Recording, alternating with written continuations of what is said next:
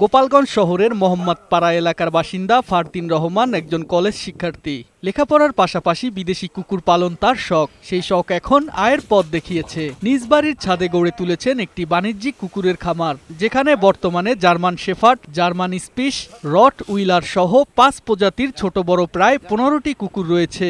১০ বছর আগে শখের বশে একটি ও পরে আরও ২টি বিদেশি কুকুর পুষতেন। এরপর দিন দিন কুকুরের সংখ্যা বেড়েছে। বিক্রিও করেছেন ৩ শতাধিক কুকুর।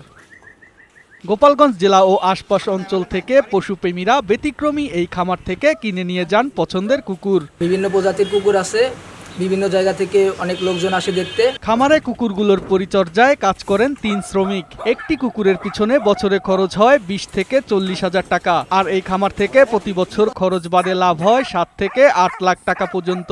আমার শখের থেকে এখন কুকুরের একটা ক্যানেল হয়েছে।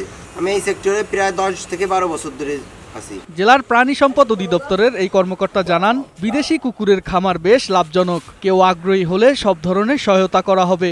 আমাদের উপজেলা প্রাণী সম্পদ দপ্তর গোপালগঞ্জ সদর থেকে আমরা আমাদের যে টেকনিক্যাল সার্ভিস অর্থাৎ চিকিৎসা, খাদ্যের অভ্যাস সহ বিভিন্ন প্রকার টেকনিক্যাল সার্ভিস সেটা আমরা দিয়ে থাকি এবং উনি আমাদের সহায়তায় এই খামারটিকে বাণিজ্যিকভাবে গড়ে তুলতে পেরেছেন।